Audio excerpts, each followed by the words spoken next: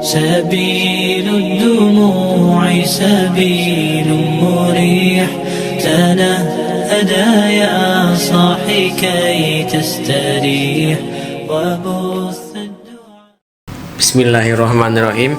Assalamualaikum warahmatullahi wabarakatuh. Hai sahabat semuanya, mudah-mudahan semuanya ada dalam keadaan sehat walafiat, juga dalam bimbingan Allah Subhanahu wa taala.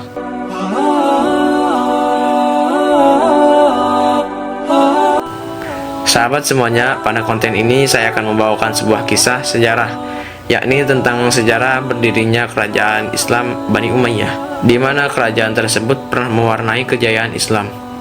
Bagaimana kisah selengkapnya? Simak videonya sampai habis ya.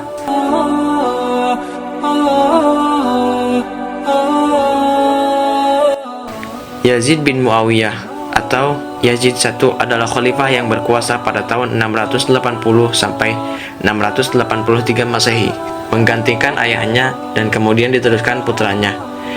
Yazid berasal dari Bani Umayyah, cabang Sufyani, sebutan untuk keturunan Abu Sufyan bin Harb. Dia adalah khalifah kedua yang ayahnya juga seorang khalifah.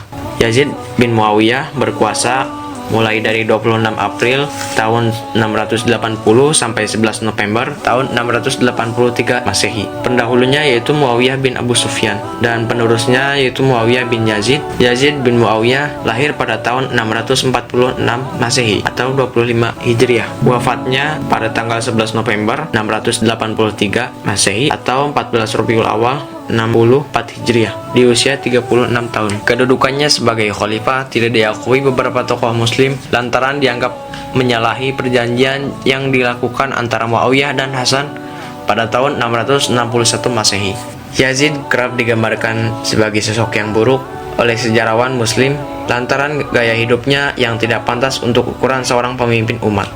Juga karena dipandang bertanggung jawab atas terbunuhnya cucu Nabi Muhammad yaitu Husain dan keluarganya dalam pertempuran Karbala, penjarahan Madinah setelah pertempuran Al-Harrah, dan terbakarnya Ka'bah saat pengapungan Makkah pada tahun 683 Masehi.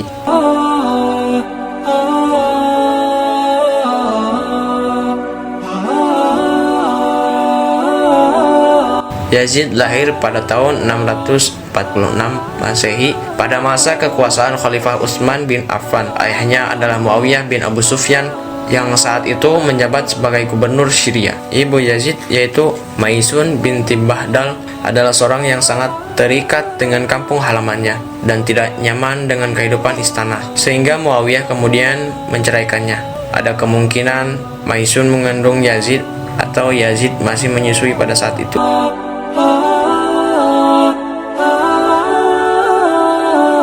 Yazid mewarisi tampuk kekhalifahan setelah Muawiyah diangkat pada 680 Masehi. Yazid kemudian menulis surat kepada gubernur Madinah kala itu Al-Walid bin Utbah bin Abi Sufyan mengabarkan kabar meninggalnya Muawiyah dan mendesaknya untuk mengambil sumpah dari Husain bin Ali, Abdullah bin Zubair, dan Abdullah bin Umar.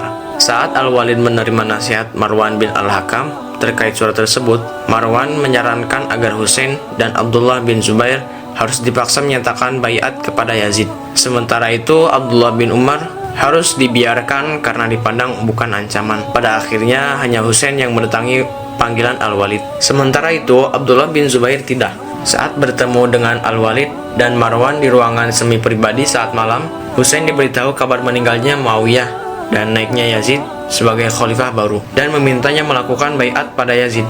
Husain berdalih bahwa baiat tidak akan berguna bila dilakukan secara pribadi dan akan lebih baik dilakukan di ruangan terbuka. Al-Walid pun sepakat, tetapi Marwan menyela bahwa Husain harus ditahan sampai dia memberi baiat kepada Yazid. Husain kemudian menghardik Marwan dan kemudian keluar meninggalkan Al-Walid dan Marwan. Abdullah bin Zubair sendiri keluar menuju Makkah saat malam dan paginya. Al-Walid mengirim 80 pasukan berkuda untuk menangkapnya. Husain juga pergi ke Mekah setelah tanpa memberikan baiat kepada Yazid. Yazid kemudian mengganti Al-Walid dengan Amr bin Sa'id sebagai gubernur. Amr bin Sa'id mengirim pasukan ke Mekah untuk menangkap Abdullah bin Zubair, tetapi pasukan tersebut dapat dikalahkan.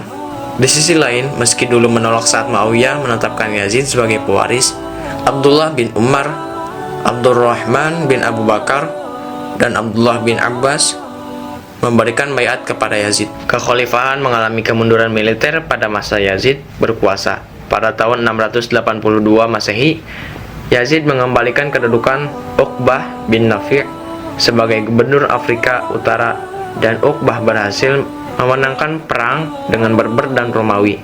Uqbah kemudian melanjutkan penaklukannya di barat ke Tangier dan di timur ke pegunungan Atlas. Dengan 300 pasukan berkuda, dia bertolak menuju Biskara dan dia disergap pasukan Berber di sana. Uqbah dan semua pasukannya gugur. Berber kemudian melancarkan serangan balik dan menyingkirkan kekuatan Muslim dari Afrika Utara.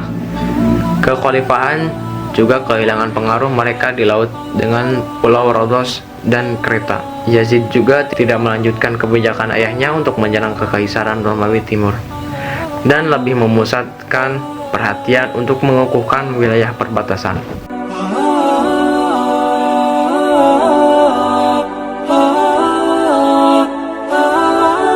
Nah, sekian dari konten kali ini.